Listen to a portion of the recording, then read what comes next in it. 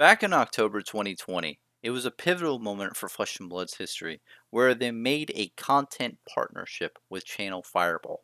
And I called it for what it was, man. I made a video about it, and I was very adamant that this was not a content partnership. This was a business arrangement. And I still hold firm to that. There was some business arrangement going on here. And I want to delve into the question of why. Why was it done? Why did Channel Fireball want to promote Flesh and Blood? And at first, on the surface, everything made sense. Everything was clear to me. And in the moment, I was like, okay, this is obvious.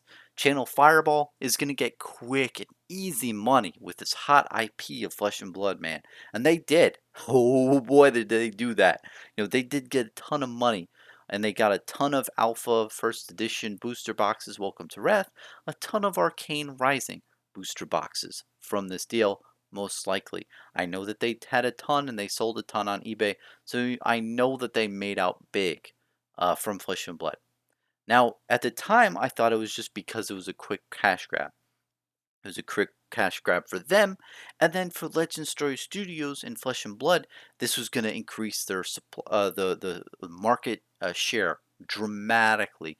Channel Fireball is a huge customer base, and just promoting Flesh and Blood on Channel Fireball's website even too, it promotes it to so many more users. But on top of that, it adds legitimacy. So all around, it made sense. Legend Story Studios was going to get a lot of clout, and Channel Fireball was going to get a lot of money. Made sense to me. But the more I think about it, I don't know if Channel Fireball was really trying to just get a ton of money. And the more I look into it and the more I listen to different creators out there and different people talk, I think they did it because they realized that they need to do something new or else they might get antiquated. Their business model might not work anymore. So think about back in 2020, and this is what's going on in my head. Think about you of Channel Fireball. Let's say you and I are CEOs of Channel Fireball. We're drinking our white wine and eating shrimp and having a good time, and then we hear, oh, what's this? Well, Wizards of the Coast is making their 80th secret layer this year, and all that money from all these secret layers are not going to you. How do you feel about that? Do you think your P&L looks as good as it did last year? I don't think so.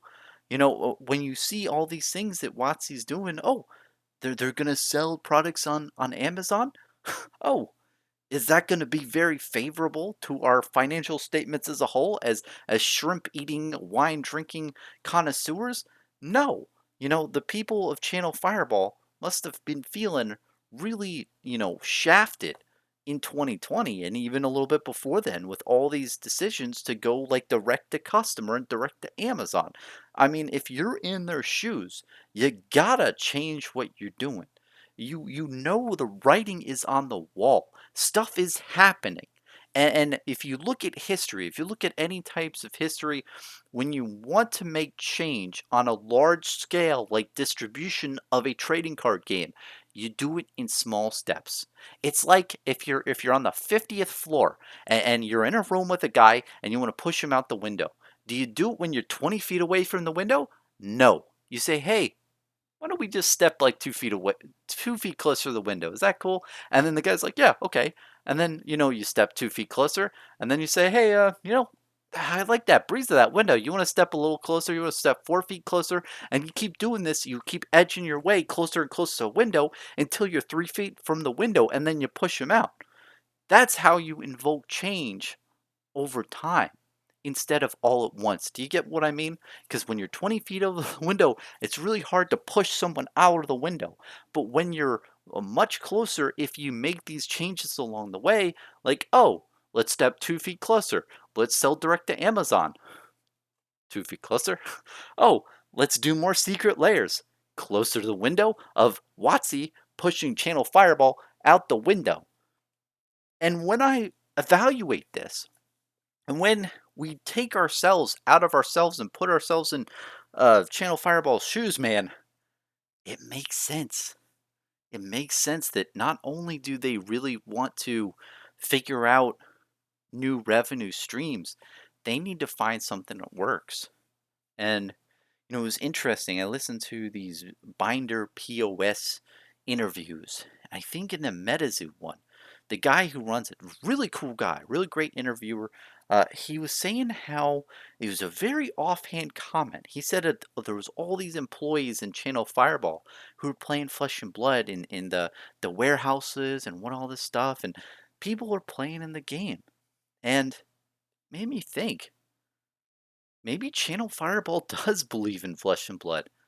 Maybe they think that they're the future. Maybe they got into Flesh and Blood because they played the game and they were like, you know what? This could do it. This could be our Luke Skywalker. you know, it's gonna bring us to a profitable income statement so we can be happy at the end of the day. And I know that might be a little far-fetched thing that to really comprehend and really, go down that rabbit hole. It's just something that I've been thinking about for a good amount of time now. Because, Rudy from Alpha Investments, he definitely made a couple videos recently that got me pretty woke and increased the amount of wrinkles in my brain. And it just made me think that, huh, with Flesh and Blood, it was kind of odd that they picked it up at that time. And it was kind of odd that they didn't do that before. And look at Star City Games. Let's look at them for a minute. They have never sold any other TCG for the longest ass time. I've been in this industry for a little bit. I think the last 5, 6 years, and I've been on Star City a lot because I used to buy Magic the Gathering back in the day, and I've never seen them sell anything else. But recently, they started selling Flesh and Blood. And maybe they realize the writing on the wall. Maybe they realize their profit and loss and more of their loss, you know? And essentially with Channel Fireball recently saying that they're not going to sell single Magic the Gathering cards. Like, what? Why? You know, you have to ask these questions. Why is this happening? Why did they choose Flesh and Blood? Maybe it wasn't just for the quick and dirty profits. Maybe it was for something else. Maybe they're trying to do something else. And when I see that there's these big, big events that are happening for Flesh and Blood and Channel Fireball is has it on their site, charging people money, making money from the transactions, holding the events and really, giving it their all in Flesh and Blood. I think they're drinking the Kool-Aid, folks. I mean, I'm drinking a shitload of Kool-Aid, and I know Kool-Aid drinkers when I see it. I I was probably wrong about them. And no matter what you think of the anything, I know this is a very divisive topic of CFB, and I don't mean to get into any other topic of, good or bad, wrong or right. I just want to say that why. I want to answer why did they get into Flesh and Blood as early as they did? Because back in 2020, it did not make any sense, guys. It just, I thought they got into Flesh and Blood like a year or 2 years before they would ever get into the game. They got in like really, really on almost on the ground floor, almost. I mean, they got in after like I think the first spike of box prices. So the Welcome to Wrath booster boxes went from 100 to 300, and then a little bit after that, they got into the game. And from there, it's just doubled, tripled, quadrupled. But it was just a very odd moment to where they got in. And I quickly discerned and said, hey, it's because they're making quick cash. But now I think it's a little bit more. And when you think about these big e-commerce situations where you realize that you were being pushed out the window, you got to do something else, man. You got to get out of that room. You got to get out of the room if someone's trying to push you out the window and make something else for yourself because it's just you realize what's happening. I think when corporations are so blindsided by their previous glory and their previous methods of winning in life, I think that they don't care and they gradually get pushed out the window. But I think it's smart. It's a smart decision for them to start carrying Flesh and Blood and start carrying MetaZoo, start carrying all these other different TCGs that are coming up and all this stuff because they quite frankly they have a big dick and they can say, hey, we can do a ton for your company. I'm just gonna say it straight up, man, that they have a lot of clout in the industry.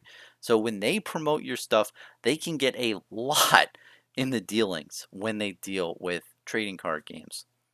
And, I think not only do they come out really far ahead in money wise, but, maybe this is kind of like the new BAU, business as usual for Channel Fireball is, find up and coming TCGs, find where the money is, promote the heck out of it, you know, get the money out of it that they can and go from there. But I think that I think with Flesh and Blood, not only are they realizing that they can get money, but they realize that this game has staying power. This this game can stay the test of time. And now I can say that because, we're midway in 2021, further than midway, we're in August 2021, and they're not only sticking with the game and holding it, but they're holding freaking big events. They're holding like these crazy big events for the national tournaments and the calling events and all this stuff. So they must believe in the game. They must believe that this is a way forward, that this is a good relationship to have in the long run. So I just wanted to make a little video about this because it's something that really isn't talked about. And I'll put a link down below to my initial rambling videos in October 2020. And you'll see, man, I was just blown away that they signed so early. But I think that there's reasons in the background that really aren't fully aware of at this current time that hopefully we'll know the full history down the line. I still stick by, man. It was crazy when they did the announcement for Channel Fireball. The artwork in the announcement was gambler's gloves. Like, you have so much artwork. Why put gambler's gloves? I, I'd love for someone to comment down below and tell me, because in my mind, that symbolizes, like, hey, this is a risk, but we're gonna do it anyway. We're gonna try to roll the dice and see if this plays out. And I think it played out good. I think that even though they're a big entity and they're not a local game store like Flesh and Blood and Legend Storage Studios wants to foster and wants to grow, they are the entity that's going to make big events happen. They're going to be the entity that, brings all these big type of events and coordinates these big type of social events together. Whereas the local game stores, the mom and pops, can't do that as much. And I think it's fine to say, hey, we need this big entity as well to do all these big things that we want for our big ass game. That's fine. So, have promos specifically for them and then have specific promos and goodies like the armory kits for the LGS. I think there's definitely different things that you can do for each that makes both happy and brings a really good ecosystem together.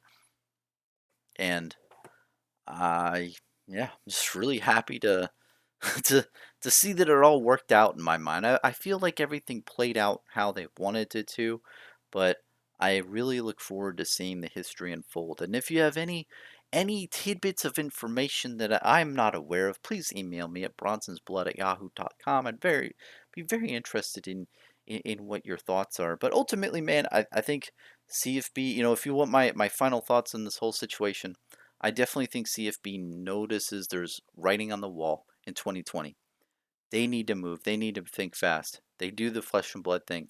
Now, at that time, did they know Flesh and Blood was going to have staying power and stand the test of time? That's a big question I still have yet to answer. I think yes. I think they knew that there was something here and that they could make a business model on this game. And you can see that from, that point until now, they've really, stuck with it. And they didn't ever say like, "Oh, we're not selling it." "Oh, yeah, we are." Like it's always been like this is the new business as usual. So, yeah, I think I was initially wrong, but I'm happy about that, man.